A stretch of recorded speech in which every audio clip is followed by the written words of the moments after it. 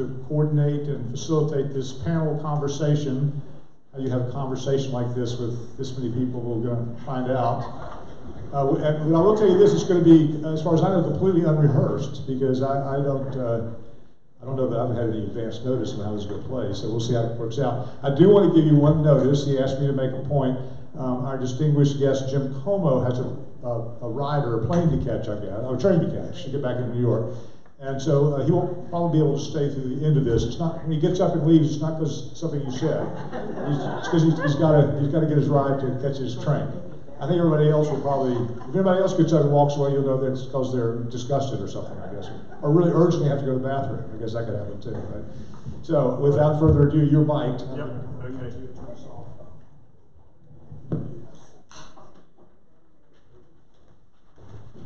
Right, so I'm just going to ask each member of the panel quickly to introduce himself or herself, because some of you weren't here earlier when certain introductions were made. So why don't we start at the end with Lex? I'm your MC. I'm Lex McMillan. Live in Gettysburg, Pennsylvania. I'm a retired college administrator and probably the least scholarly person up here. Just an admirer of C.S. Lewis and deeply read and his works of value. There's a microphone. Okay, I'm Steve Boyer. I teach Christian theology at Eastern University in St. David's.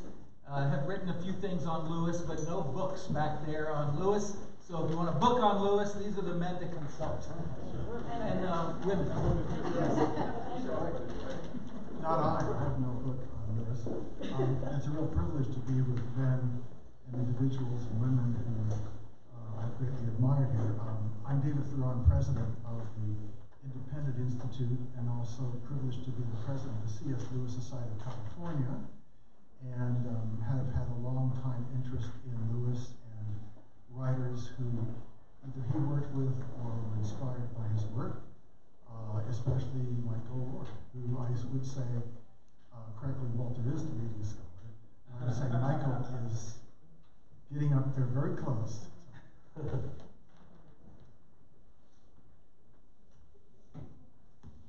Jim Como, and I've written books, but I'm very proud of having been a founding member of the New York C.S. Lewis Society just about 50 years ago.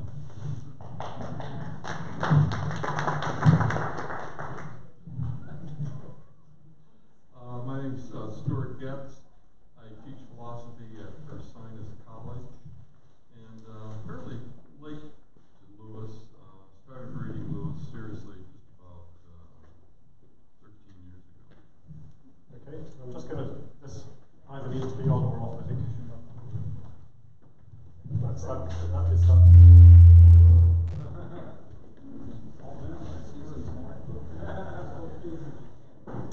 Hello, I am Crystal Downing. I'm delighted to be here in Pennsylvania, which I consider the most beautiful state in the Union, and I grew up in California, but I taught at Messiah College in central Pennsylvania for a couple decades before David and I were recruited to become co-directors of the Marion E. Waite Center, which archives, preserves, published and unpublished manuscripts by and about C.S. Lewis and 6 of his most important influences.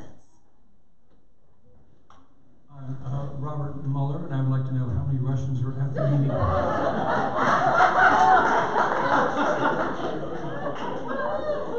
You yourself speak Russian, sir. I'm David Downing. I'm the co-director of the Waite Center in Illinois, and Crystal and I loved our decades here in Pennsylvania, but we're now really enjoying getting to focus our energies on Lewis Tolkien. Someone asked about Lewis in the Secret Service. Tolkien was asked, because he was in the Signal Corps and he knew languages. He was asked to serve in the Secret Service during World War II at Bletchley Park. But when they found out that he was like linguistics, that was largely computer work. So I thought I'd throw in, that question was not too far off. Tolkien almost got involved in highly classified work during World War II. We're to hearing, are you my lawyer? My name is Tricia Lyons, and it's good to be back here at St. Thomas. I preached here in the fall all, as did some of the people up here over the course of the year. I live in Alexandria, Virginia. I'm married to a professor at Virginia Theological Seminary. I might be the only Episcopalian. Okay, so it's a home game for me, but welcome everyone else. All were welcome. Just want you to remember where you came to the C.S. Lewis Festival. I have been an adjunct also at Virginia Seminary for the last 15 years. Basically, my area is moral theology, but I also teach courses in Anglican theology, which is a thing. Also, for the last 15 years, I've done adjunct teaching as well at Yale Divinity School, at the Berkeley School of Divinity, which is where Episcopalians do their thing at Yale. I was a high school chaplain at an Episcopal school for almost 20 years. So I sort of mixed the teaching of secondary and seminary education. And I've taught a number of courses on C.S. Lewis, both to the 16-year-old going to the prom and the person going into a life of ministry. So I met Lewis through Dr. Como, who's down there at the end before he goes off on his train. If anything I say makes sense, thank him on the way out the door. If it doesn't, I forgot what he said. I was 15 years old when I met Dr. Como. He was sort of the odd professor in our town growing up, and he introduced me to C.S. Lewis. I was probably the only teenager going to daily mass at the same Catholic church. So he saw me there and knew I was a sort of a spy in enemy-occupied territory, as Lewis would say, being a teenager in a public high school. And I've been grateful for his introduction to Lewis. So that there's two generations of Lewis people here, and I hope he's an encouragement to all of you that if you love Lewis, share him with someone younger than yourself. 30 years later, you might be sitting on a stage with that person.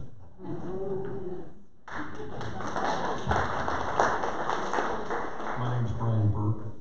I've taught Latin, Greek, and English for 50 years, 40 years specifically in the classroom. And I have shared both my Christian commitment and my love of the classics with my students for those years. I have not actually been, I would never call myself a Lewis scholar, although I sit with awe and appreciation in this group. I've taught Lewis with great enthusiasm, and I try to share that enthusiasm with others. Thank you. So why don't we now formally welcome our panel.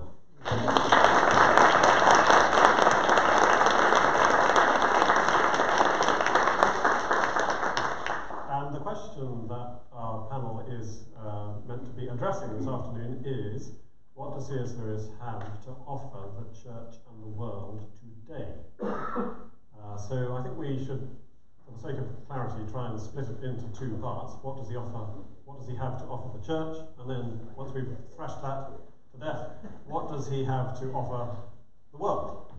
And if we take that in about 25-minute chunks, and then have Q&A from the floor, would that work? Would that be okay? Perfect. Yeah. Okay, so let's have 20 or 5 minutes on what does C.S. Lewis have to offer the church. And as Jim is going to have to leave first, we need to make sure we hear from Jim. So why don't you kick off, Jim, with just 2 minutes on what does C.S. Lewis have to offer the church? I don't know what C.S. Lewis has to offer the church. And he doesn't have to offer to the rest of us, to all of us. I'm rather impatient with questions having to do with C.S. Lewis today, or C.S. Lewis's relevance. I didn't know there was a clock on hope, a time limit on hope. And in my estimation, the central message of Lewis, which we see in The Weight of Glory, we see at the end of Letters to Malcolm, is hope. That's what makes him an apostle to skeptics. So what he had to offer to his generation, what he had to offer to my generation, what he has to offer to Trish's generation, is unchanging. It's hope. I don't think that people younger than I are a different species. I don't know that they have different needs and expectations than I do. And if you expect us to uncover a piece of Lewis work which is wrapped instead of, as in wrapped, instead of written, you're not going to have it. If that's what you mean by relevance, you're asking the wrong question. Let me quote, if you don't mind, Michael, Paul Homer. Paul Homer wrote a wonderful book, in my view, the best secondary reflection on Lewis ever. It's called C.S. Lewis, The Shape of His Faith and Thought. It's a wonderful small book. He shows us repeatedly how a kind of moral certitude is finally achieved. He sends us back to our fathers, mothers, nurses, poets, sages, and lawgivers. The dignity he ascribes to all of us is exceedingly flattering. The tissue of life around us, when taken with seriousness, is already a moral order. We have to become its qualified readers. The world has no single character, and it must be understood in a variety of ways. His books create the living variety of paradigms. For his works, especially the novels, have a way of creating a kind of longing for innocence, for purity, for humility, candor, and contentment. Only its occasion can be created by another, and that is what Lewis's literature becomes. Wisdom has to be read off the whole shape of his thought, and is not one trick within it. And that's true for the church, for our youth, for us, yesterday, today, and tomorrow as well. Anybody else want to come in on that? If they don't, I will just pick on someone. Were you gesturing? Well, I think I'd agree with Jim that what he offers the church is certainly what he offers us in general. As a classicist, I picked up very much, Dr. Como, on what you were saying yesterday when we were sharing a few libations after the evening, that Malcolm X particularly loved etymology, and he felt that well, you could quote this better, Jim, but he felt that wisdom was conveyed by etymological understanding. I think Lewis's gift to us is that he makes etymology real by taking what otherwise is extremely remote for many folks, even though our religion as Christians is indeed historical. It did indeed happen. It becomes more and more mythical, and people misinterpret what mythical means. So that what Lewis does is he takes these etymologies, these origin stories, and he makes them real in stories. He brings them to life in stories in a way that is vitally appealing for people who do not read the OED, Oxford English Dictionary, in case you don't know. So that he makes myth real, and I think that's the endless gift that creative artists do. They take the marble and they pulse it with blood, and that's what C.S. Lewis does for the quality of our faith. Thank you, Brian. David, are you looking perky? Yeah, I mean, I think I would say that Lewis, one of his great contributions was showing in his own life and in his writings the connection between reason and imagination. And since he wrote in so many genres on different levels and was approaching the questions, the permanent things, questions that every person has to deal with, getting back to Jim's point about the enduring quality of what he's saying and the universality of the points he makes, he bridges across different Christian worlds, the secular world, and others in a way that very, very few, if any other writers I know, are able to do that. And since he was a scholar of medieval and Renaissance literature, he was able to bring to the modern person a distillation of the truths of those traditions so that it was real. Of course, Lewis believed that if Christianity was true, it's true throughout the universe and on every issue and every subject. Otherwise, it's not true. So I think that's part of the problem in modern society is that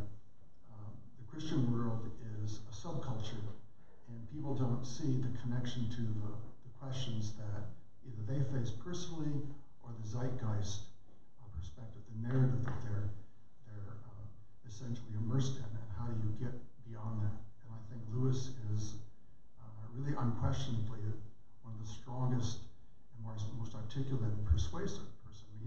His writings largely are essentially journeys with the reader of what about this, what about that, and so forth. And so that kind of a perspective of fellowship, you might say, I think is something that we can all benefit from. Thank you. Yes, fellowship, that's a good word to be running with, maybe. But Crystal, what does C.S. Lewis have to offer the church?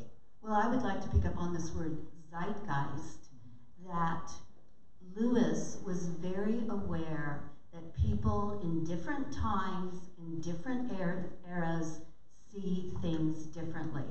And that's why we need to study other eras to understand, okay, how did Christians, how did the church grapple with particular issues in the past, so that we don't idolize our own interpretations.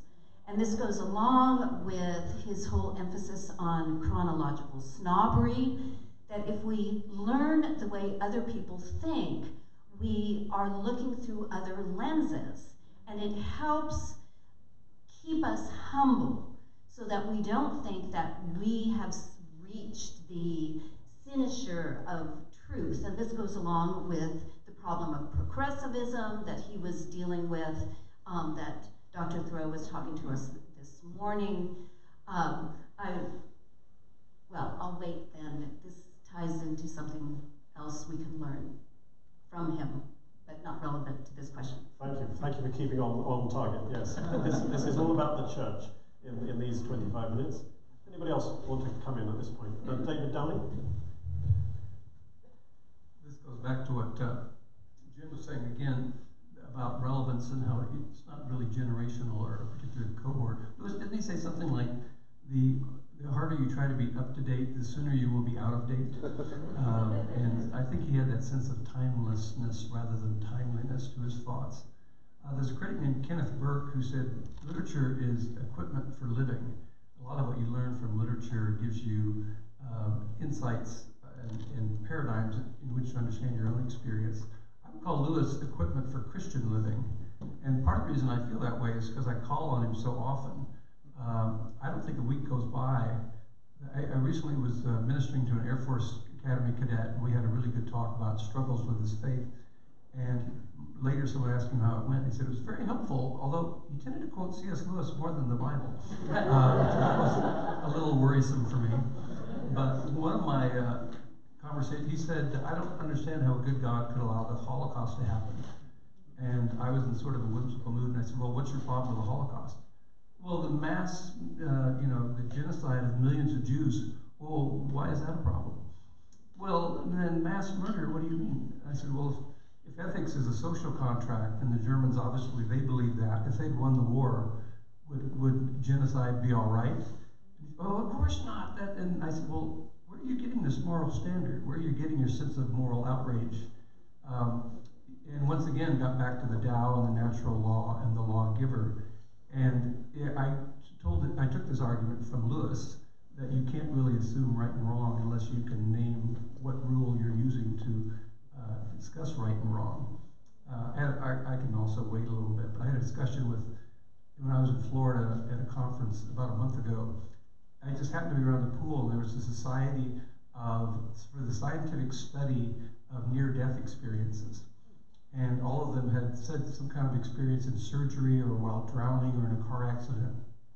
But they actually were turning it into kind of a new religious group, because they were saying after it happened to me, I had clairvoyant experiences and I could have remote viewing. And it reminded me very much of what Lewis went through in his teens when he studied occultism and the Society for the Study of Spiritual Phenomena. And I was critiquing what one of them said. He says, well, you don't understand. I had a first-hand experience of the afterlife. I have kind of authority that you don't have. You've just read books. And I went to a Lewis analogy that one person says, oh, I know the Atlantic Ocean. I live in Cornwall, and it's this great, powerful force that batters the cliffs. And someone else says, well, I know the Atlantic Ocean. I live in East Anglia, and it's kind of a flat sides. And somebody would have to come along with a map of the Atlantic Ocean. They may have never seen the Atlantic, but they'd say, well, here's everyone's experience of the ocean. Let's put them all together and we'll get the bigger picture. So I said, theology is the map of the Atlantic, and your experience somehow has to be contextualized. And they all said, that's such a brilliant analogy. I said, well, thank you. Right out of Mere Christianity. So I think that for me, the relevance is how often I call upon Lewis to find paradigms and pictures that will help people understand Christian worldview, Christian ethics, Christian theology. Thank you. Yeah, so what Lewis has to offer the church is not so much necessarily a particular content of theology or spirituality, but simply the means by which he practices with these intellectual tools, these reachings for analogy and metaphor. That I think is one of the things I have found most useful in Lewis's work, that he just gives you a toolkit of how to think, not necessarily always what to think. Jim? Yeah, Dr. Johnson, Samuel Johnson, famously said, people more often have to be reminded than instructed. And Lewis would do that. You know, he didn't like the idea of being original. He really did not want to be thought original. He didn't invent any theology. He was very careful to call himself an amateur when it came to that. So he reminds us. And that, I think, is the value to the church. We all need to be reminded again and again and again. New members of the church have to be instructed and then reminded again and again. For example, Lewis's wonderful sermon, Membership, which is really about what is a church? What is the church? What are we in the church? And we're members of the body of Christ. We're members of each other. We never sacrifice our individuality. We're different organs in that body, but it's still one body. And that, I think, no matter the waves of, you know, the undulations of conflict and peace and so on among churches and the world, we have to remember that particular thing. And so, if we want to know what Lewis can give to the church, it's the reminder of the lesson taught by membership, the sermon Membership. Mm-hmm. Steve? Yeah, I agree, of course, with everything that's been said here. It seems to me all this is very wise. I'm thinking about Lewis's timelessness, but I'm also interested in the sense in which his timelessness consists partly in the way that he intentionally puts himself prior to the modern time that all of us take for granted, right? He called himself a dinosaur and said that even if he wasn't worth anything else, you could always dissect him in order to see what a previous age looked like. And it seems to me that as Michael has shown us so brilliantly, in Narnia and in all sorts of other bits of his work, you get a glimpse of a previous age, not just by studying it in a classroom, but you can move in there by reading the Narnia stories, or by reading in a different way the Ransom trilogy, or something like that. So there is a sense, I think, in which the contemporary church is always in danger of becoming more contemporary than is probably good for it. And in that way, Lewis challenges us to see with new eyes. And that's something I imagine that we need. Mm-hmm. Lex, you want to come in there?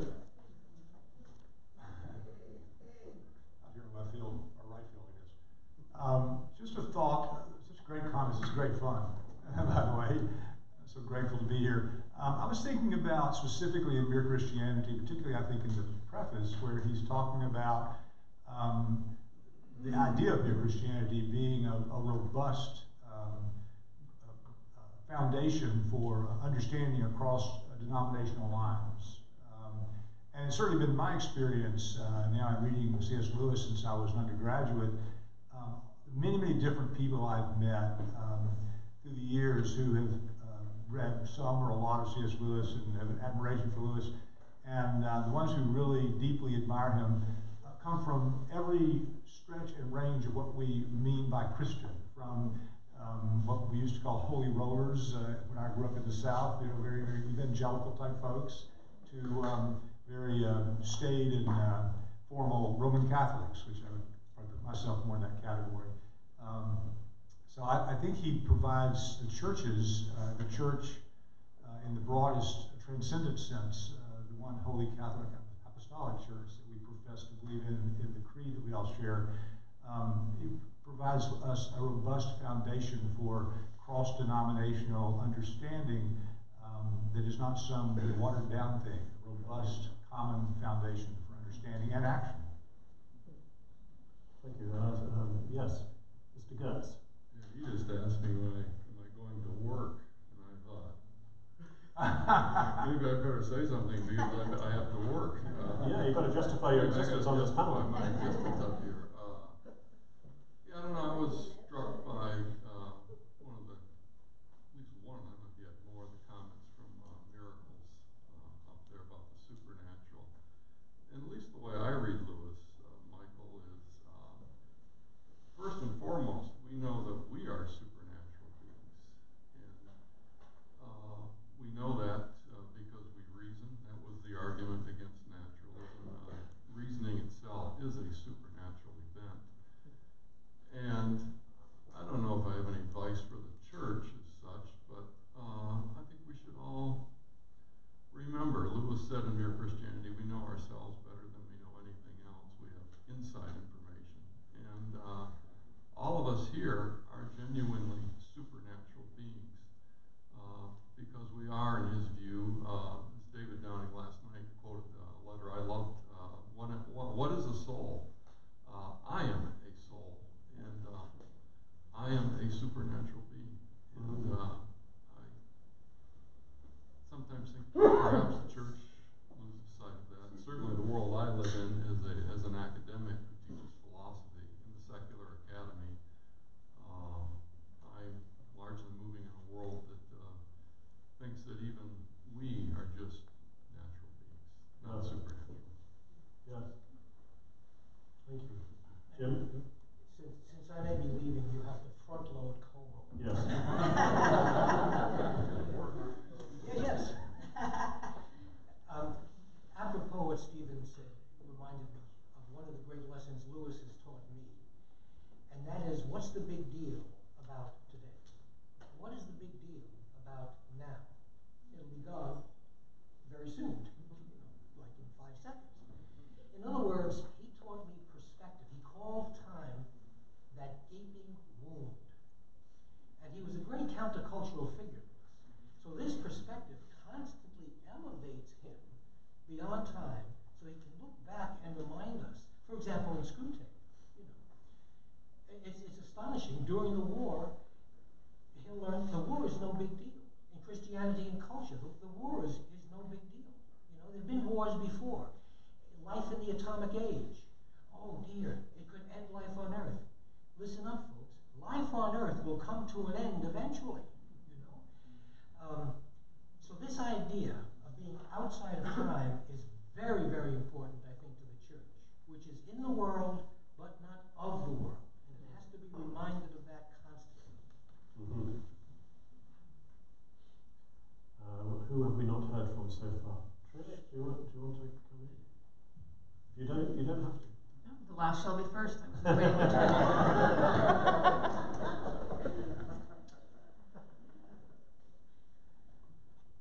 What I like about Lewis, and what I trust about Lewis, and I don't trust everything.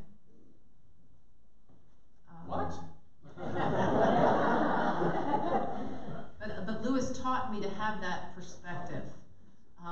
He calls us away from chronological snobbery, and I hope he calls us away from Lewis snobbery. There's that phrase that those of you who drink deep in the well of Lewis know, that the imagination is the organ of meaning.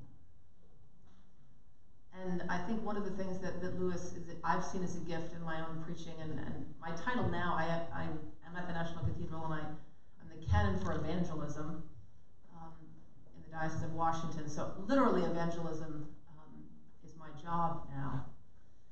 And as someone who is engaging with other people in a city that has a lot of people who have no church experience at all, many of them, and others who have had such a terrible experience of church.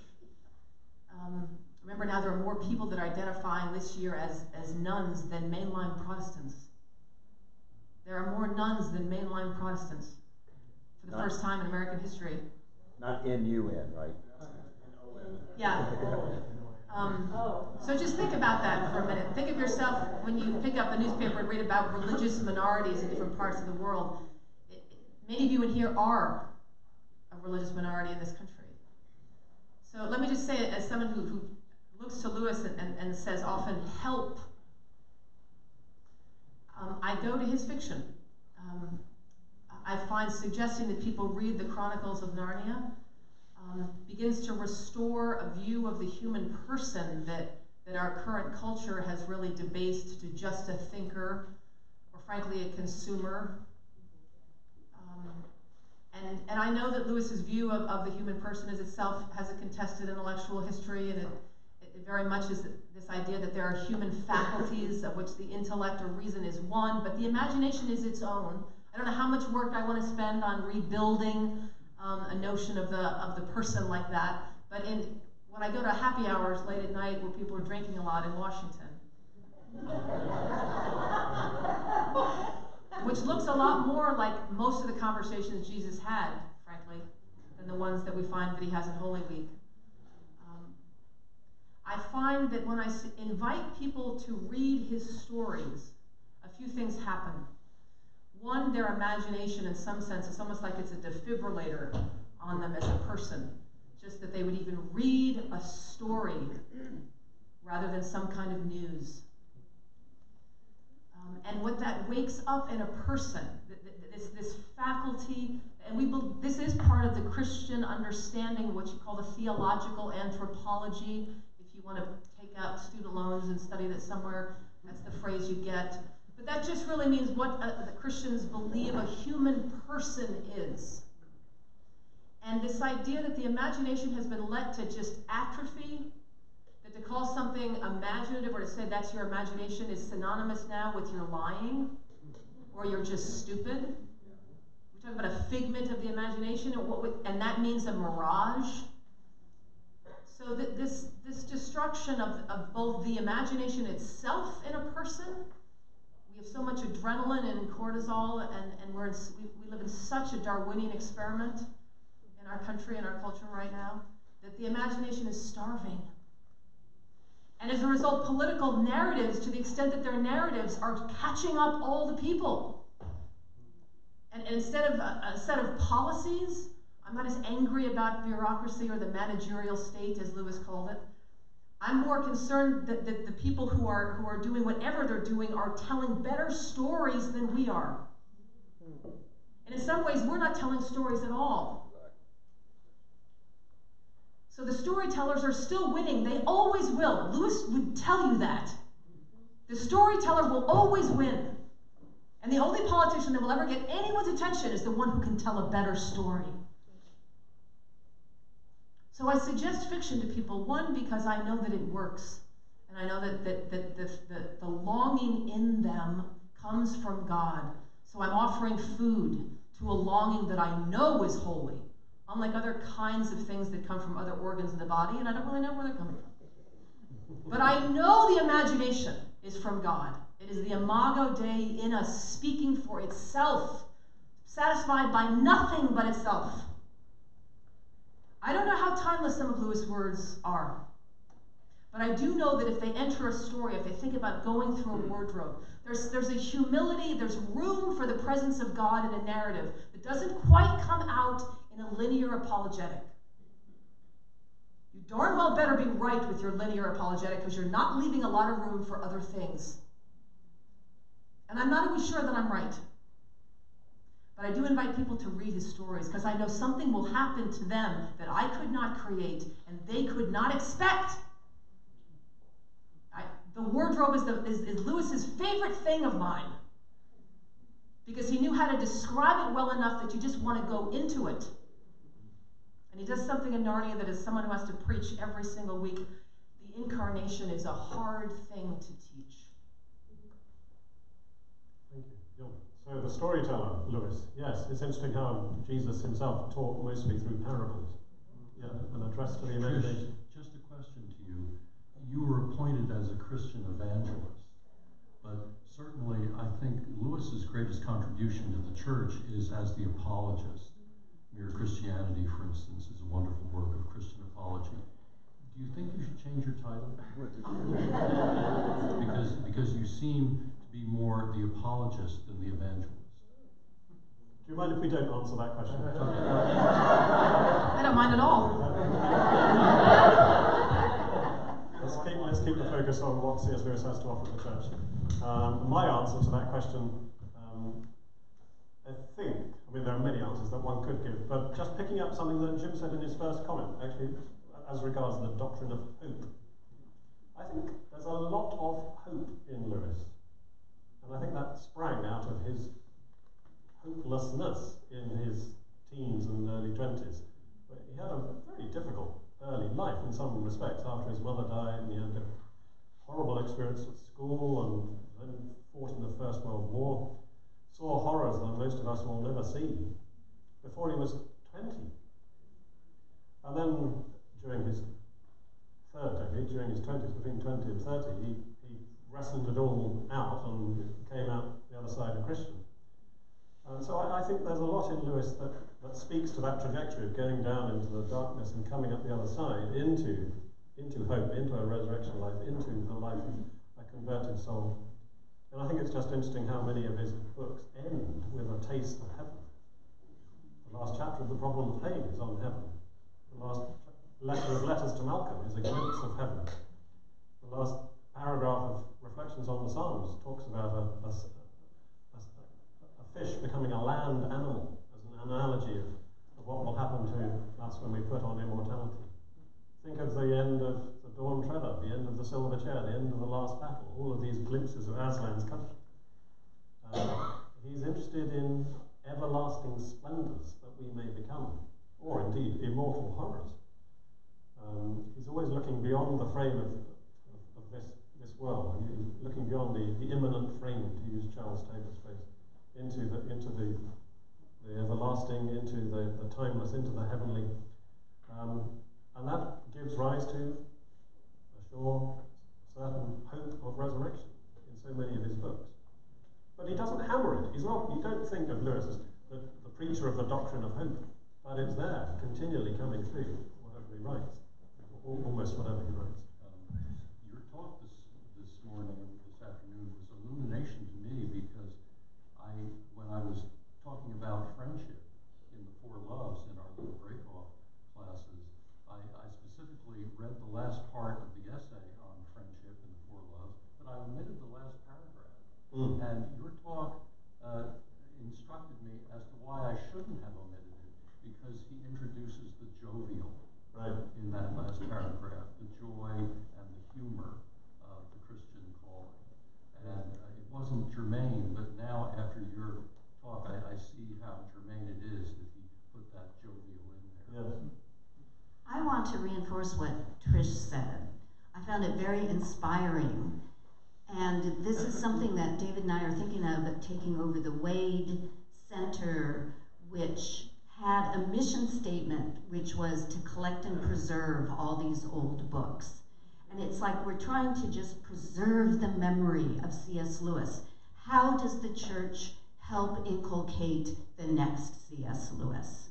How do we encourage new acts of creativity, new storytellers, but storytellers that are committed to Dorothy Sayers' definition of Christian work, which is good work well done, not generating narratives for didactic purposes. Thank you. Yeah. I think our time is almost up on this first section of the discussion, so why don't we move on to the second point? What does C.S. Lewis have to offer the world? I'm going to take this opportunity. And Jim, take the opportunity and then run out the door. But before I do that, I'd like to say, because I'm leaving, what a privilege it's been to be among these people. Gosh, a blessing. And to be allowed to address all of you. Thank you. Thank you, Lex. And I hope I'll be back someday with something more to say. I'll probably repeat myself. But in the meantime, my prayers are with you all, and I hope yours will be passion. I would blame on my wife, except I'm sure somebody will snitch if I do that. So I'm not going to presume to do that. Thank you all very, very much.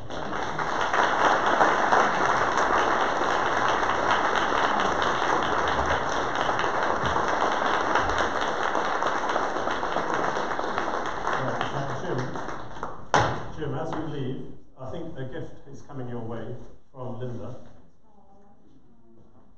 So,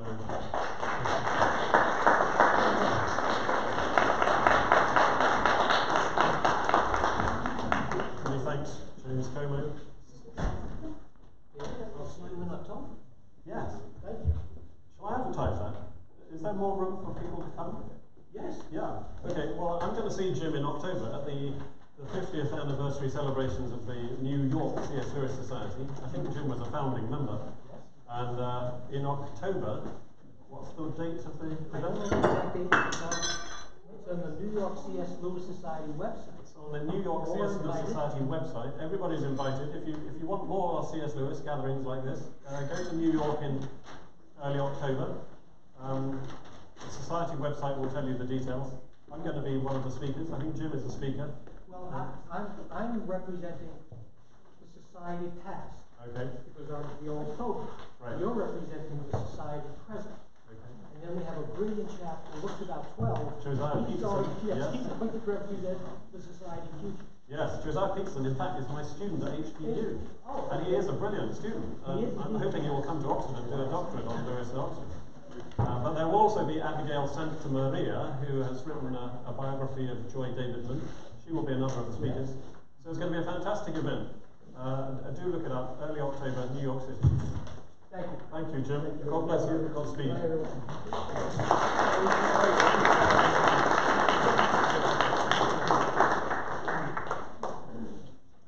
Right, so what does C.S. Lewis have to offer? Oh, are we We're all passing the bag now. what does Bill Dieter have to offer the panel? Thank you very much. Shall I handle these all over? Are they personalised? Michael? This has got what? The conference of the New York C.S. Lewis Society is the weekend of October 1920. Third weekend of October. Yep, 19th and 20th of October. Great.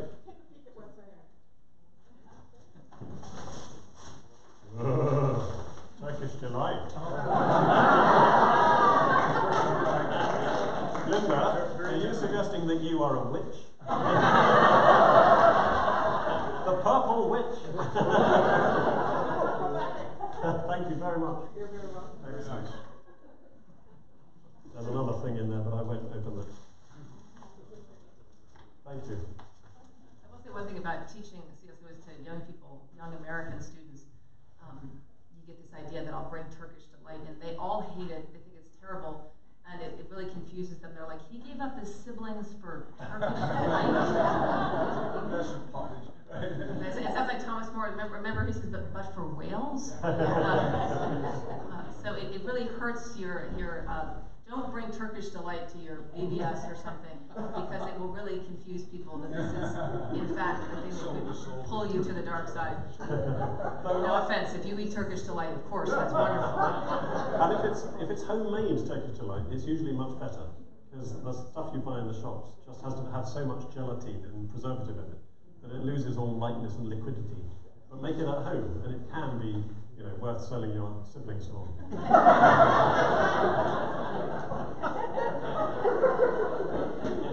If you're evil. Can I go back to some of the topics we were kicking around? All right. First of all, I would say in my translation, I would say Reese's peanut butter cups. I think that's people understand.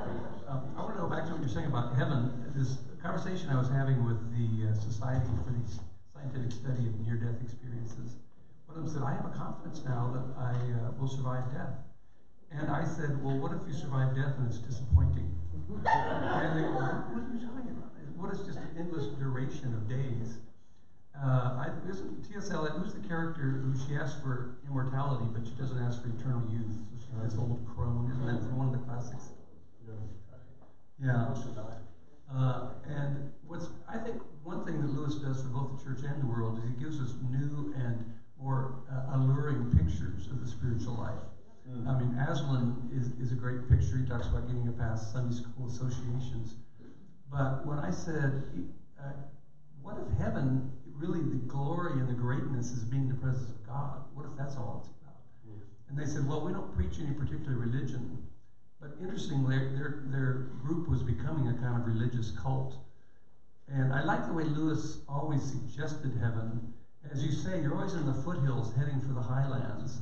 But he said in his own life, he was much more interested in knowing God than he was in getting fire insurance. Part of the reason he liked the Old Testament is because they had this intense longing for God and his law, but they didn't have a very strong sense of the afterlife. And it got away from that secondary idea that the reason I'm a Christian is to escape hell and to go to heaven. And I think he got people thinking back to very primary motivations for the spiritual life, which is to draw closer and closer to God rather than to escape torture. Yeah, thank you, David. Brian? Just as a compliment to what you were saying, David, I was just reading last night the essay on charity in the Four Loves, and in one paragraph he says, "In words which can still bring tears to my eyes, St. Augustine describes the desolation in which the death of his friend Nebridius plunged him." And there was a moral to that we can, through the help of the church and our faith in Christ, we can have a heaven on earth. We don't have to die to see heaven. And if we don't have a heaven on earth, we may have some trouble seeing it later. That's the point that Augustine makes. But I think the wonderful contribution that C.S. Lewis makes in that is that he takes this Augustinian frame and he explains it within a modern book. And then that's the wonderful contribution he's making to the church in his Christian apology. Great, thank you. So as you said, David, some of these images and narratives that Lewis gives are gifts to the world as well as to the church. You know, there's not necessarily a hard and fast line between church and world, and probably shouldn't be. But now let us try and talk about his contribution to the world as distinct from the church, insofar as we can make that distinction. What does Lewis have to offer the world? Would anybody like to hazard an answer? Well, he starts us in the world. I mean, he starts us out in the world. I read Till We Have Faces with students a few times, and they didn't make any particular Christian associations with that book. No. So it was for them an entirely secular introduction to a spiritual frame. So he starts us in the world. He offers a light and a path out to be beyond that. But that's his contribution because his stories are so real. Crystal, were you? That was very similar. Okay. David Thoreau? I'd like to get back to what I said before about Lewis connecting and showing the intrinsic relationship between reason and imagination. This needs to come closer. We can't hear you. Sorry. That Lewis didn't just write narrative. He also wrote prose dealing with enduring questions. And people are facing questions of how, even if they're Christian, how does that apply to their world?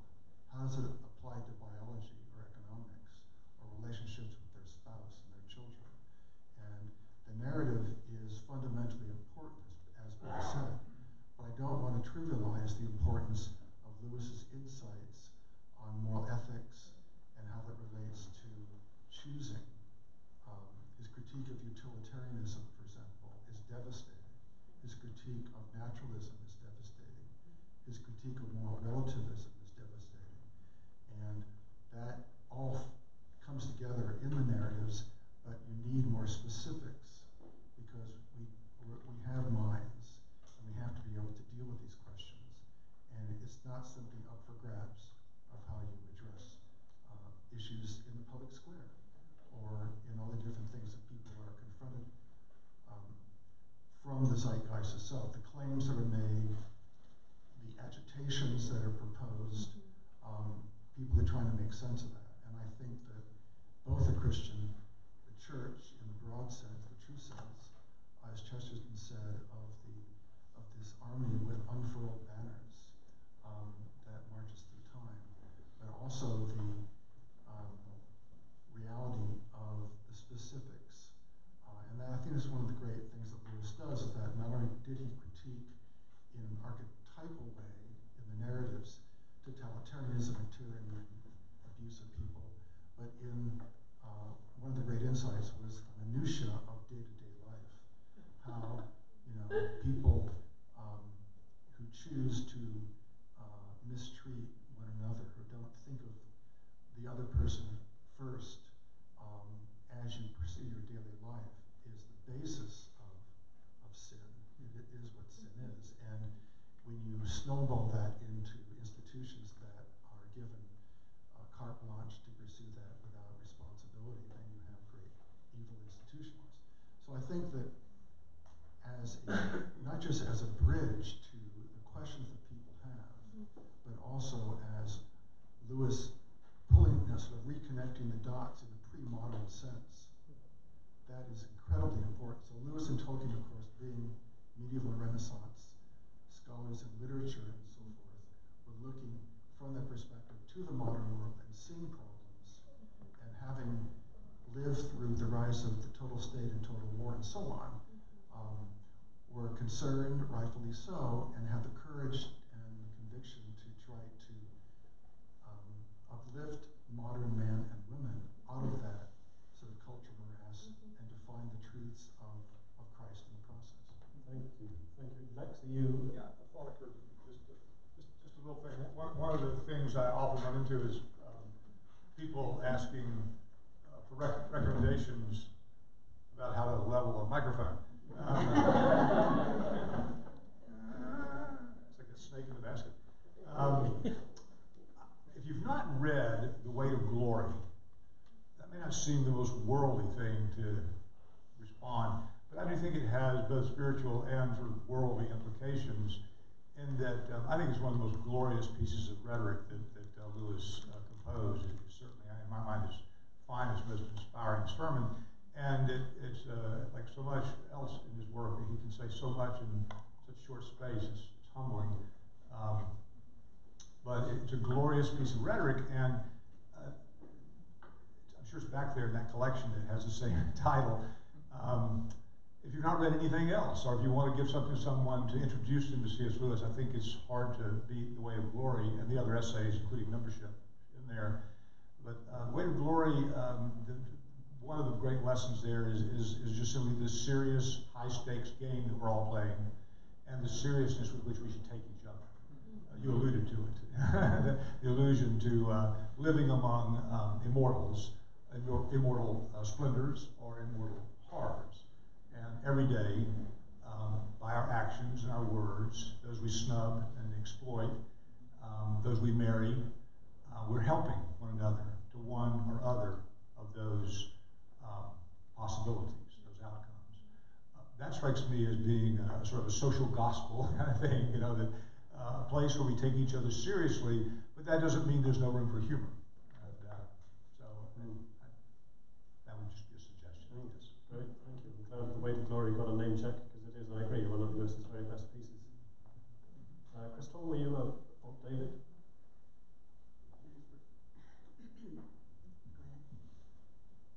David, you use this one. Going to the idea of what it specifically gives to the world, Patricia was talking about the imagination as the glorious power of human beings, but that can be a perverted power or a diseased power. It's not intrinsically good. When I think of the Game of Thrones stories, he has a very expansive imagination, but the moral values underlying that whole worldview are rather bleak, as much other 20th century literature. I think one thing that Lewis and Tolkien give to the world, even if they're not Christians, are stories in which this is what a good person looks like. You can read Hemingway and Fitzgerald and Dos Passos and a number of other authors and see perverted characters, morally diseased characters, self-centered characters, drunken characters. The blood alcohol content of any Fitzgerald story tends to run about 0.15, I think. But in Tolkien and Lewis, I love the fact that here's what bravery looks like, here's what selflessness looks like. When we see Edmund, here's what treachery looks like, and then here's what forgiveness looks like. And even if someone never attaches that to a Christian worldview, I think it's very morally salutary to have stories in which we see convincingly good characters that really stay with us. I know a lot of people that aren't interested in Christianity, but they love Tolkien. But I love that subversive storytelling in which they are I probably made my point, but watching some of these comic book movies, DC Comics, Aquaman beats somebody up and then he grabs a bottle of whiskey and swigs it all down. And these 14-year-olds are going, oh, that's what cool people do. You beat up the other guy and then you swig a bottle of whiskey. And it's very subliminal, but there are a lot of messages in contemporary media that are very negative and very subversive. T.S. Eliot said, what you read for entertainment probably affects you more than what you read for edification, because it's absorbed uncritically. And if that was true of reading when he said that, how much more true is the storytelling we see in movies? So I think, once again, going back to the idea of storytelling, which is morally grounded, I think that's a great service to readers and movie viewers. Mm-hmm. Thank you. Yes, Steve. Yeah, can I say, I wonder whether this is not a point at which Lewis's fiction or his narratives, it's hard to say that the Screwtape Letters is exactly fiction, but it's certainly that creative element. It seems to me that can be linked pretty closely then to Lewis's more formal apologetics, to the arguments that he makes, to the kind of rational case that he makes. Was it Aristotle, or who was it that made the point that one of the things that fiction does is to make us want a certain kind of world to be true? So, in a sense, Lewis's fiction invites those who have no interest in Christianity to see a world that they wish could be so. They wish people really could be brave in this way, or charitable in this way, or something like that. They look around and they say, well, of course it can't really be that way. But what if there were that kind of world? And then the stage has been set for an argument that says, yeah, what if there were? Yeah.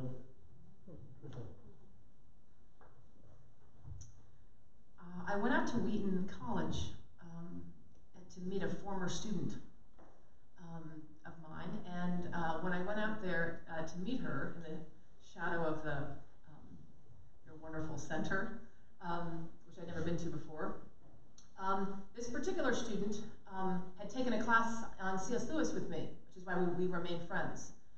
It was a homeschooled student for a while, and then they did a little bit of high school, how we met. And had lots of friends at Wheaton, actually. Some were missionary kids, some were homeschooled kids, and so we were chatting about that. Then she told me that she was gay. And she actually wanted to talk to me to figure out what she was going to do at Wheaton about this. And I started talking a little bit about, she'd taken a class I taught on Till We Have Faces. And we started talking about what a person is, and love, and things like that. And at the end she said, so I know you're a C.S. Lewis fan, do you want to come with me tonight and hang out with some other Wheaton students? And it turns out there's a group of gay Wheaton students that have a C.S. Lewis society. They meet in a sushi bar. And there's a private room there, and the rooms are Chinese years, and they meet in the rabbit room, the year of the rabbit. And if you know what that means, you'll know they were pretty geeky C.S. Lewis fans. And she sort of brought me into this, because we've talked about subversiveness and what C.S. Lewis gives to the world. Well, I think what C.S. Lewis, this may sound corny, but what C.S. Lewis gives to the world are portals into a relationship with Christ. That's his greatest gift. The aqueduct is built in ways that are just uniquely genius. But that what comes is the living water. Because I sat in this sushi bar with about 15 gay Wheaton students, underground, wearing t-shirts about Black Lives Matter or Me Too or all that. And they love C.S. Lewis. And they don't seem to care that in some ways, I don't know that the feeling would be mutual. But they're smart enough to know that. And I finally just brought that up.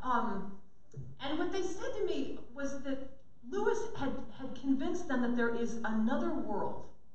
that's what the Narnia, and they were big Harry Potter fans too, and that's what they loved too, this idea that, do you know what I mean, that there's not just the Muggle world, there's not just the world that we see it, like it says in the third page of the sermon, The Weight of Glory, where Lewis goes into talking about, and even in speaking of this desire for a far-off country, I feel I'm committing an indecency. Those of you that know that long paragraph that talks about how we take our revenge on our longing by calling it adolescence and nostalgia. If you haven't read it, go read it. But he ends that paragraph 7, by saying, you know, don't believe, for generations we've been told that the good of man is it. Like what you see is it. And what this group of Wheaton students had figured out is that that's not true. Even the church as it had been given to them is not it. That everything you see will be transformed. Every fish will walk, to use your mention. That everything will be transformed. And they literally, this group of let me just say, this is the oddest C.S. Lewis society I'd ever visited. But the passion, they were quoting without the books there, sermons, stories, because these are all missionary kids, vacation Bible school kids, homeschool kids. They know Lewis better than their own parents' banter. They love him. And they feel that he sees them. And they feel they've found a wardrobe within their own Christian community that is calling them further up and further in to a love that they feel in Christ. No one was there to change in that way. And yet, because they were Lewis, they are all there to change. It was stunning. I haven't really recovered from this visit. I didn't see it coming. They sort of snuck me there in a cab off campus. So part of me just says, I think one of the gifts that Lewis gives to the world is a reminder that the world isn't all that there is, that whether you think of it as a Narnia or you don't just want to be a Muggle, whatever the analogy is in your head, this constant reminder that everything you see will become an idol if that's all that you see. Even a picture of God, that you can begin to worship that, and it will do to you what idolatry does to everyone. It is a dumb idol that will make you dumb. It is an unloving idol that will make you unloving. Ungit, for those of you that have read that story. So I think this gift to people through the literature that isn't explicitly Christian, a lot of you even said the first time you read Narnia, we talked in my group, a lot of you didn't know was Christian. This is Lewis's great subversion, which is to go out and to pick up myth, write your own myth, and what you're really doing is giving people this sense, they just put it down and look at the world, even the most beautiful thing around them, and they might say, what else? Thank you. So just as a compliment, Trish, to what you were saying, I think that we can conclude from Lewis, taking his own words, that C.S. Lewis isn't all that there is. Because I found there were many painful points in which I was reading The Four Loves. In fact, today in the friendship discussion, I didn't talk about certain passages because they're embarrassing. I did teach Mere Christianity, and I had to wade through all of it. In The Four Loves, he talks about perverted eros. Okay. You know, we talk about the zeitgeist of C.S. Lewis. He dealt with a very old-fashioned candy. Maybe people liked it back in old days. We don't particularly find it very attractive now, tasty. But again, though, in The Four Loves, Trish, the theme is that we never have an identity. And he, within the zeitgeist of his period, talked about perverted eros. But no, didn't he write The Four Loves? Didn't he know that we are ever evolving into a new identity? And that to define in that way is contrary to everything that he would talk about the evolution of our faith. Stuart.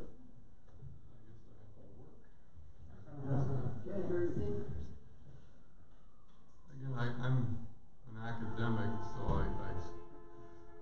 first part though isn't too academic. I believe I live in an age of Bulwerism.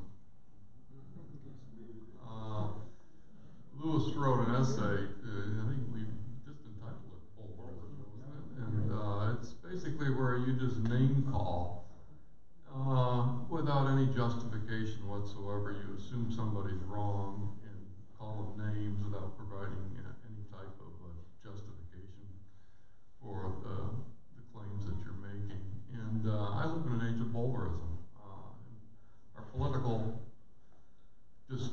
is basically been reduced to Bulwerism, and I'm with David Thoreau here. I appreciate imagination, but I believe Lewis did think that to imagine anything, you must also invoke reasoning. Reasoning, if P then Q, P, Q, just these basic forms of reasoning are involved in imagination. And so while narratives, stories are great, I think Lewis always came back in the end that we're reasoners. And it is a supernatural event. It's not something that can be explained in natural terms.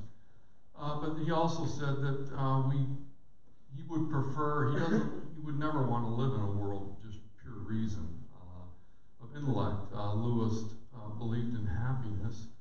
And you did reference looking along versus looking at meditation in the tool shed.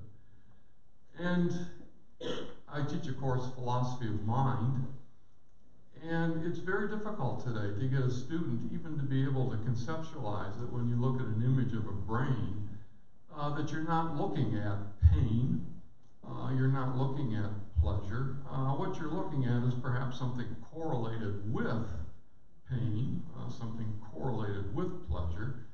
But Lewis believed that pleasure and pain were themselves supernatural occurrences. They were not natural. And so that through and through you get from Lewis this commitment, this belief in the supernatural nature of what we are. And you have to reason these matters through to try and get a student to understand that just because two things are correlated together, it does not establish their identity. There could be a cause and effect relationship. Then you have to ask yourself, which way does the cause and effect relationship go? There are a whole host of issues wrapped up there. And so I live in a world, we all live in a world that's been bulverized, and it's also been reduced to the natural. And we really need to go home and think about, seriously, that we are not, in Lewis's estimation, and I think he's right about this, we're not natural beings. We are supernatural beings.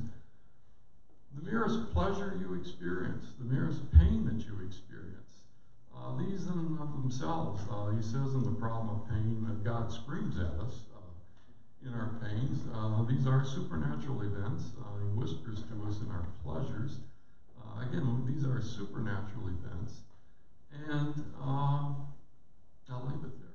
Right, thank you, Stuart. Has everybody had a go now? Crystal, have you said anything in this round?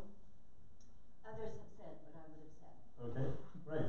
Well, maybe we should now open it to the floor for general Q&A on these two topics, the offerings of Lewis to the church and the world, or indeed any other topic related to Lewis that you want to ask about. So, let's start circulating the microphone. Yes, sir. Let's imagine that C.S. Lewis is here today, and you've been invited, and David has been invited to by the BBC to interview him on his views on Brexit. What would you ask him? No, I'm serious. I was relating it to your talk this morning on statism. What would you ask him, and what do you think he would say? Wow. Do you want to go first, David?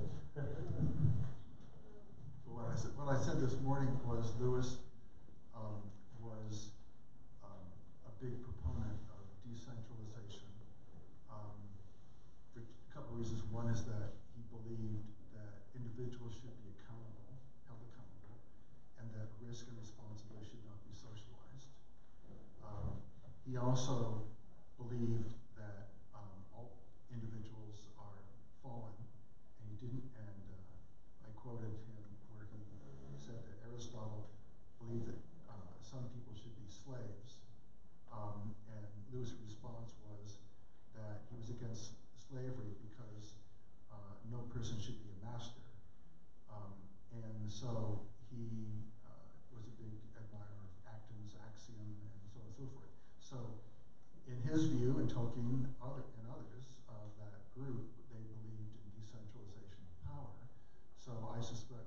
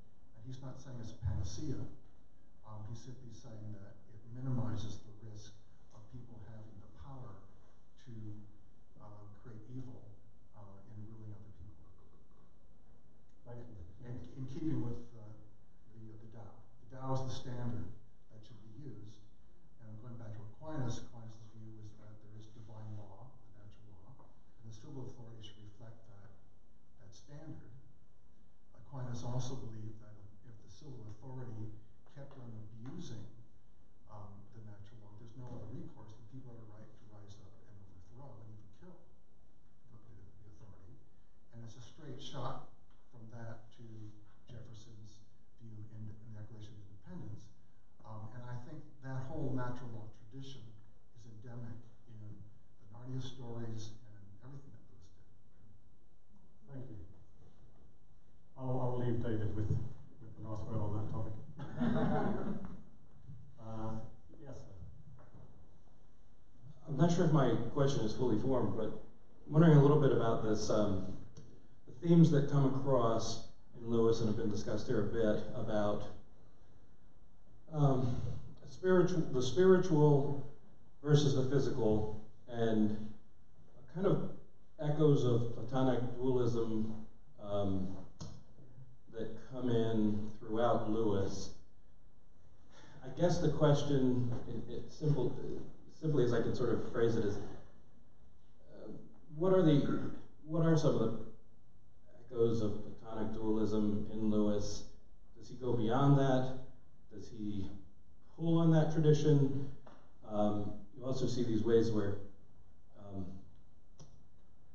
the transcendent is breaking in. You see these themes of moving toward the kingdom of heaven on earth in ways that at least seem to complicate the matter a bit.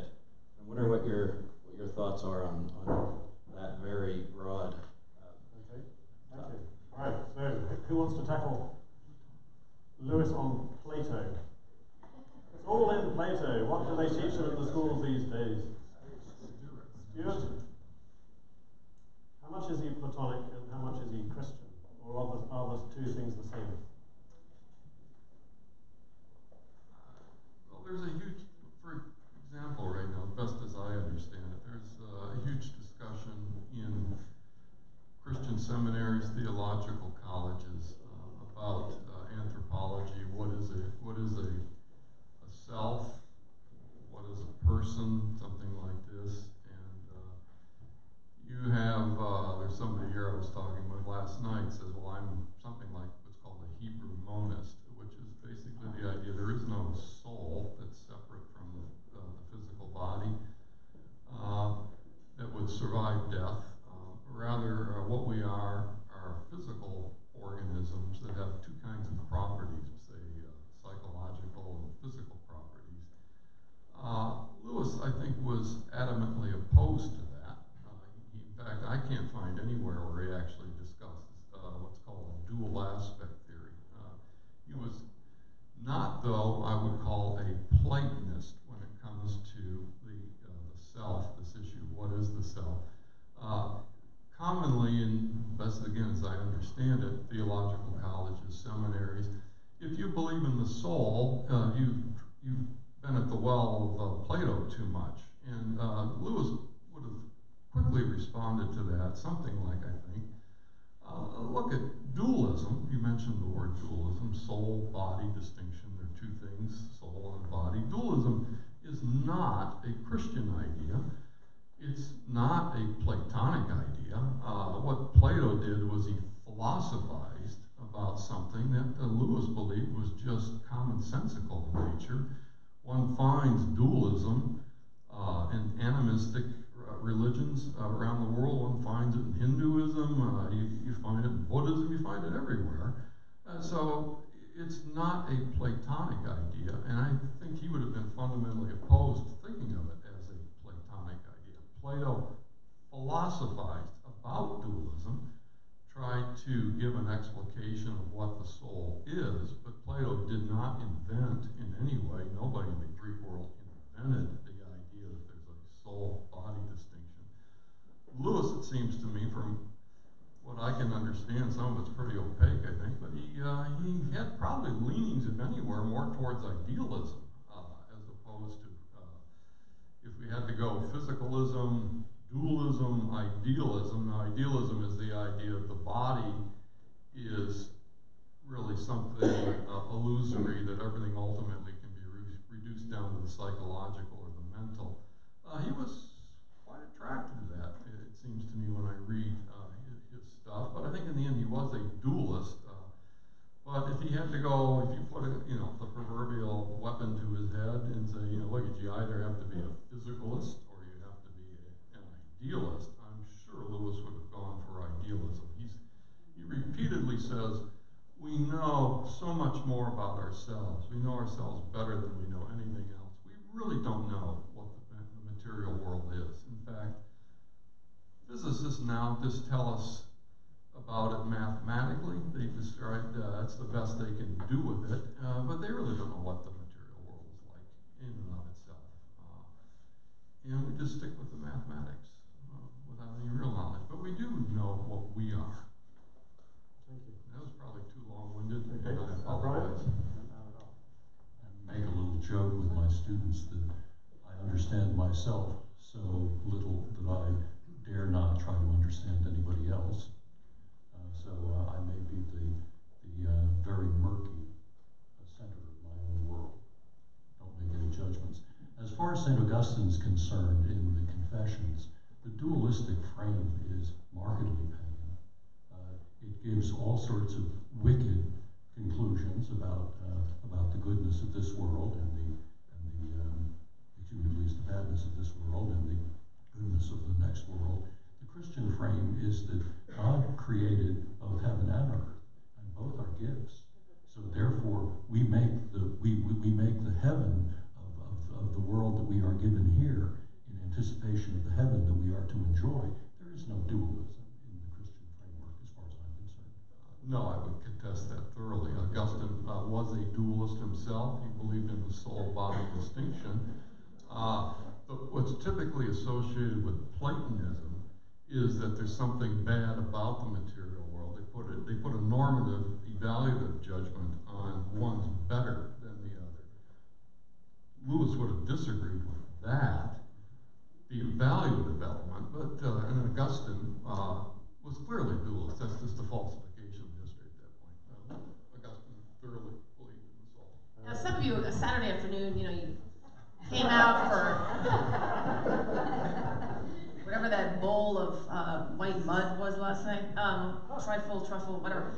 So let me just try to connect with some of you who there's just a lot of shop talk right there. You've heard of Plato. You probably paid for your kids to learn about Plato, but that's about it. What I see is at stake. First of all, I'm so glad I'm an Episcopalian because sharing Anglican theology with Lewis and this idea of the via media, that there's a middle way, and I'm just feeling myself running into it right now with this. And the middle way doesn't mean none of the above, okay? Going back to what Lewis gives the world, I really think his particular theological tradition is something I'm glad he gives to the world. This Anglican tradition, which is itself a sort of odd thing, the church in which Lewis came to worship, and he said he didn't like the music. He didn't really like sitting next to a smelly neighbor. I love that part of him, that he kind of didn't like church, what many of us call church. They go back to Augustine, there are different kinds of visible and invisible church, but the actual place where someone smelled badly or sung badly was just a little annoying to him. No, there's mints going around here. I haven't been offered one, which I guess is a win. But this spirituality, and the English Reformation, I mean, we're not born of virtue, okay? If you know anything about history. The Reformation comes to England not because of some Augustinian monk, driven to near insanity to commitment to 95 things. That's not how we started. We had a monarch that would not take no for an answer. But I think we've done well since then. We tried to make the best of that situation. But Lewis had this sense that is, to me, thoroughly Anglican, and it's our gift to other versions of Christianity. Let's call it the Anglican and. So no dualism for sure. Nature and grace, church and world, faith and reason. I recognize my spirituality in C.S. Lewis. I recognize my theology in C.S. Lewis.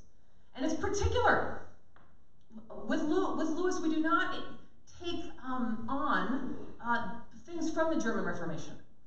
I'm thinking of, if Lewis were sitting right here, I would love to just banter away with him. What would he think about total depravity? This is not, you can get lost in something like that. On the other hand, my friends of the Reformed tradition look at me like I'm just lost without a sense of sin in that way. What could happen if one would just simply move into the world and human relationships and not take seriously, if not five-point Calvinism, some of that Reformed tradition, reminding me who I am. And here comes the Anglican and. Justus et peccator. We borrow that from the German Reformation, this sense that we are both saint and sinner. To me, that's where the joy comes from in Lewis. That the worst about us is not the most important about us. It's naive to not see it. It's obsessive to use that as your lens. And what you can lose is, if you take the Queen, and this is the last thing I'll say, when you get to Narnia, a gift of Lewis to the world, what joy looks like. So she brings Turkish delight and some kind of odd hot chocolate that she conjures out of the sky, and it looks like a feast. And what it is literally drawing humanity to Satan. One sweet-smelling, warm thing at a time. It's a feast of coercion, of deceit, and ultimately of oppression and ownership. But remember how the witch responds? Remember when the Great Witch sees the party, the real party? You know, when she sees the animals celebrating and she just flips out. You know, what is this gluttony? It's just a real party where the food and the fun and the festivity are an abundance, an overflowing of freedom and joy in the middle of her kingdom. She thought she'd made this illegal, impossible. So in the one story, and then that plays out again and again throughout the Narnia Chronicles, Lewis teaches us what joy looks like. And it's not in the props, because she has all the right props for her party. But evil cannot abide true feasting. And you know, of course, that party out in the fields of Narnia as things are starting to melt, that is the great feast. That's our vision, that there's something beautifully apocalyptic there, which is that the strong man is falling and joy is rising up. What she's looking at is the resurrection, and she can't bear it. And she thought she'd made it illegal and impossible. And it's just like when the ice starts to melt and you can almost hear the drips, that immediately we get an image of the great feast to which we are all called and invited, and it can't be made illegal. But I think this is a great gift, because if you look around at consumerism and one-clicking with Amazon, I mean, the world is letting you know you can make things pretty great right now. Just, you know, if you're able to buy the right things, and look at us in this room right now. We are the 1%. The average annual income in America is $45,050. Half the world doesn't touch money. Half you know these statistics. 3 men in America own 51% of the wealth of this country. May I interpose at this point? Because I think someone else may want to come in, and also the audience may want another question. David? Regarding the question about dualism, Stuart was completely right, in my opinion, that Lewis would be not viewed as a Platonist, because to him God created the world and humankind and it was good. And then you had the fall and so forth. So the body was good. Sex is good. It's a question of how the body and sex, or whatever it might be, is used. But Lewis was very clear on his critique that the naturalist view that only nature exists is false. So the view that we're matter and motion is false, because the idea of matter and motion is not matter, it's an idea, and it's idealism. But Lewis went beyond idealism to what some people, I think, would call substance dualism. Terminology is not important. But the point is that Lewis believed that there is a dual reality of ideas and narrative. That's why the idea of story is so important, and reason is important. We seek meaning, we seek an explanation, we seek to connect the dots of what is true and who we are and what's going to happen. And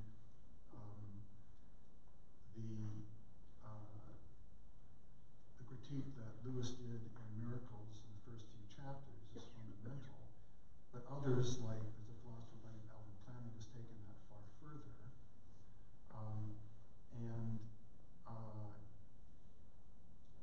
The critique of naturalism that Lewis presented, that he then revised in the second edition of Miracles, and that Plantinga's taken to enormous detail, is basically to destroy the naturalist worldview, which is a key part of the zeitgeist. Okay, thank you, David.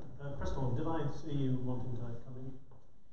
I was just going to add a little interesting historical tidbit about Platonism, that in the early centuries of the church, Christianity was critiqued as being non-foundationalist because it wasn't Platonic.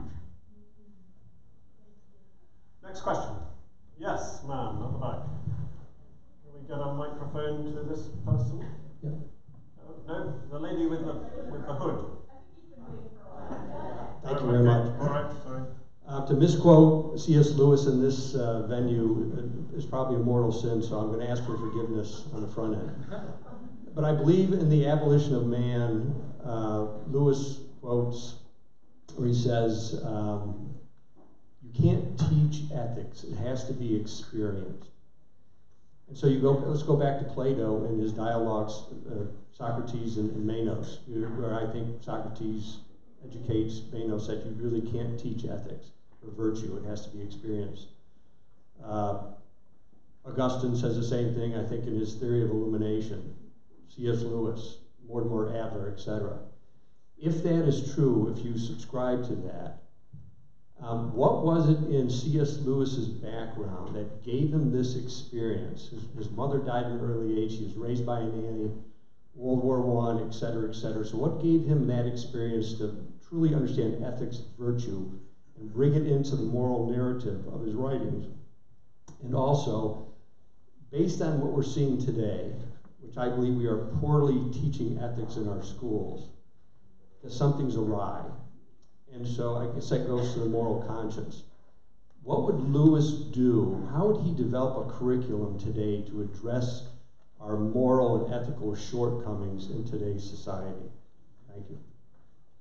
Right. Well, I think I'll take a quick swing at that myself, because I think Lewis thinks that you can, indeed must, teach ethics, but that the nature of the teaching is of a particular kind.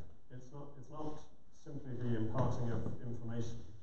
It's not revealing to somebody what they didn't already know. On the contrary, it's revealing to them what they do or should already know. It's releasing them into their own human inheritance. Because the Tao, the natural law, is self-evident. However, the self-evident is not the same as the obvious. It's not obvious, necessarily, why you shouldn't pinch your neighbour's lunch when you're at school, when you see that they've got something that you haven't. It's not necessarily obvious. But with appropriate pedagogy, with appropriate parenting, with appropriate pastoring from the church as well, because it's not just schools that do this, it will become self-evident to you. That the golden rule will become self-evident to you. Do as you wouldn't like it if it was done to you, therefore do not do it to somebody else. And if you can't make something self-evident, then there's not very much else you can do. Because the child concerned evidently doesn't have the faculty. And maybe one of those rare people who are, the moral equivalent of the colourblind person. And alas, there are such people. Lewis admits that in The Abolition of Man. So as for developing curricula, well, yes, he says curricula are important, and we've got to devise our systems. But in so many of his pieces on education, and reflecting on his own life, he says that what comes through the carefully devised curriculum will be something that you didn't plan for. Because you can lead a horse to water, but you can't make it drink. Even the most perfectly designed syllabus will not completely result in the product that you want. Because education isn't just about reproducing. It's about liberating individuals into their own unique individuality.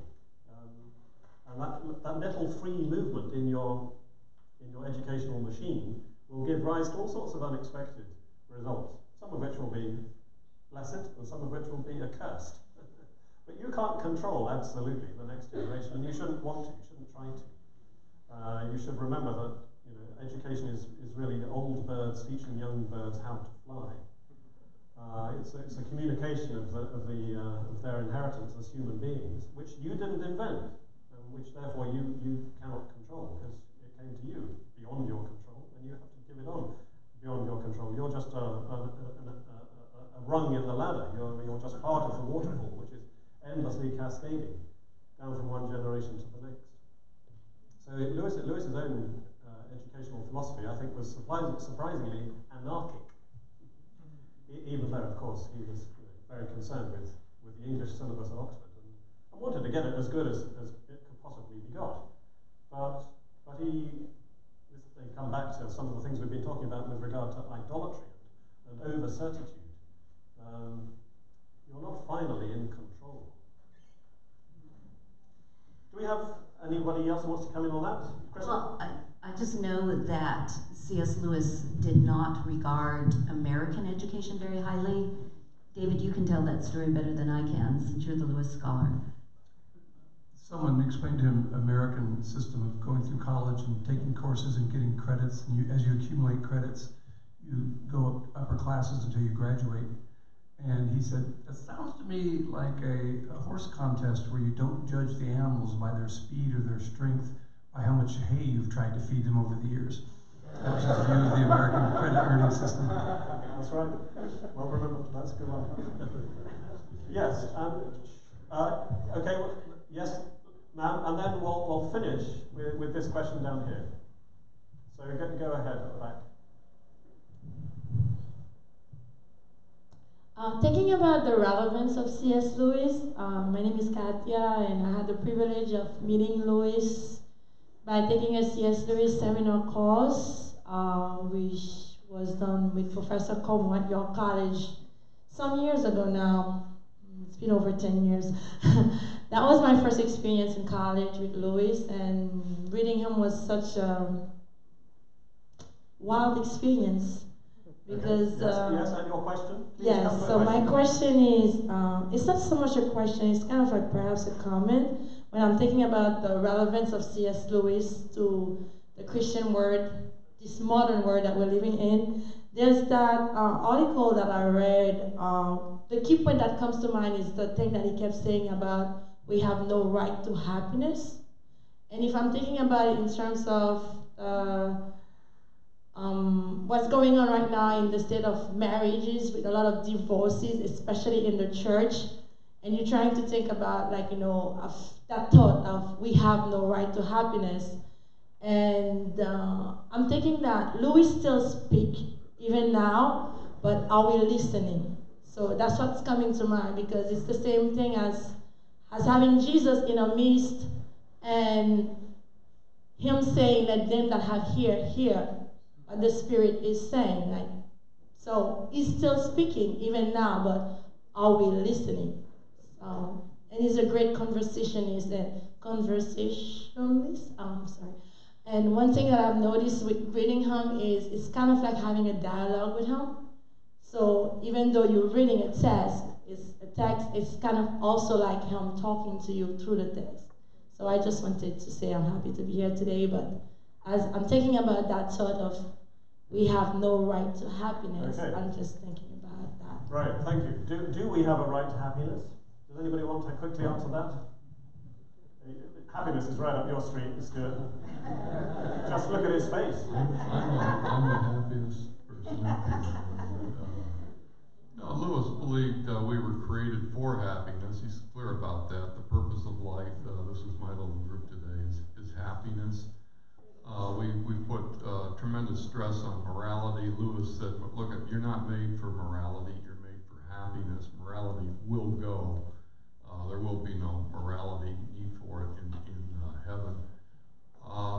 But no, we have no right to happiness. Happiness, as Lewis viewed it, is a complete gift. And what one must do is die to oneself in order to receive the happiness. And I believe he thought death to self was, in a way, just a renunciation of any right to pursue happiness in any way that one chose. There were constraints in how one should behave, and so one has no right to it. In Lewis's world, it's a gift. It's something one it's bestowed upon one, and one will never get it on one's own. Great. Is that like grace? Is that what you're basically? Yes, I think so. Right, we must finish by 4:30, so I think this should be our last question. All right, this is a question for all of you. Let's say I have a friend who's never heard of C.S. Lewis. What is the one book I would gift that would make this person appreciate who C.S. Lewis was and what he had to say? That's a great question. Thank you. So, just one title, one book only. You're allowed only one version, one volume. Let's come down the line. So it's already answered the question. The Lord, The Weight of Glory, the collection of sermons and essays, The Weight of Glory. Thank you. Yeah, I'm tempted to say the Oh Hell, but it might cause people to say Oh Hell. So no, I would say The Great Divorce. The Great Divorce. Okay. I would ask first, what is something particular about this person? What do they care about? What kind of things do they like to read? And as I've said before, one of the great things about Lewis is that he wrote in so many different formats that I would find where the entry point was. I mean, the best entry point is probably Mere Christianity, but that person may have all the watchful dragons on Christianity. So that wouldn't be the entry point. So maybe it would be The Great Divorce. Maybe it would be something else. So I would first ask a little bit more about that person. But what, David, would you regard as the one book of his that you would retain if you had to lose all the others? I would say Mere Christianity. Okay. Mere Christianity. Right, Stuart. I don't know the answer to that question. Okay, Crystal. Lion, Witch, and Wardrobe. The Lion, the Witch, and the Wardrobe. Crystal Downing's vote. A woman wrote to Lewis and said, I have a friend who's struggling with her faith. Can you recommend a book that would help her in her faith journey? And Lewis said, well, you're right there. I have a feeling that you are God speaking to her in her faith journey. So I might say that your enthusiasm for Lewis might be the best calling card for Lewis. Although if you pressed me to choose a title, I might say The Silver Chair. Yeah. Silver Chair. The Downings are on the same page with Nadia, so should make for a happy marriage. Depending how old they are, any age, I think The Lion, the Witch, and the Wardrobe, if they haven't. The most common book I suggest to people, though, is The Quotable Lewis, which is a very thick book. It's like 3 inches. And if you haven't seen it, it's alphabetical. And it like, if you look up bread or Bulverism or heaven, there's just, under each topic, someone has gone through all of Lewis's works, and they're just every quotation about that thing, with excellent citations. I've found things in there that are just the exact letter to Malcolm, what year. So it depends. If you're inviting them into the way Lewis writes and the way Lewis thinks, I think The Lion, the Witch, and the Wardrobe is your wardrobe. But on the other hand, if you're never going to see this person again, hand them something that no matter what happens to them during the day, capitalism, they can just open it up and see 4 or 5 quotes from Lewis on it. Yeah. What about dualism? I think there are at least 7 or 8 entries on dualism in that book, so you can try there. But it's thick. The Quotable C.S. Lewis is edited by Jerry Root and Wayne Martindale, 2 Wheaton profs, and it's still available, I think. Yeah. Probably for the common denominator. We've got it at the back. Yes. One more. We have Brian's answer. Probably for the common denominator, Mere Christianity would be the I hate to say the lowest common denominator, but the most popular common denominator. If someone is interested in language, studies in words, how about that? That's a wonderful etymological study. If you're interested in language, but you're not academic, how about The 4 Loves? That's also a very good book that talks within the spiritual framework about the 4 things that concern us in our lives. Thank you, yeah. And I think to answer the question as I posed it to David, which of Lewis's books would I retain if I had to lose all the rest, which is perhaps not exactly the question that was being asked. But it's fair. I think again, if the gun was put to my head and I had to decide, it would probably be The Voyage of the Dawn Treader. The Voyage of the Dawn Treader. Yes. What's the best biography? The best biography of C.S. Lewis has yet to be written.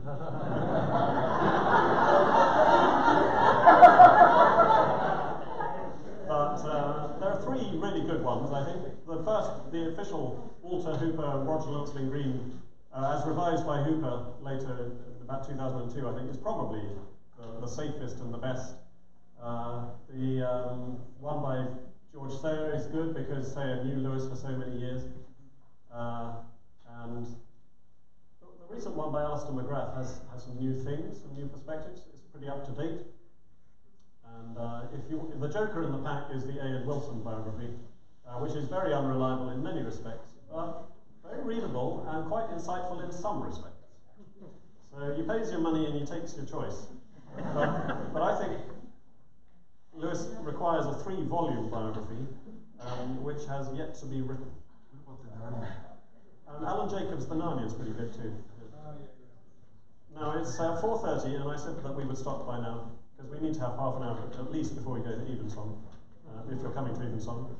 So I think that's the end of the day, from my point of view.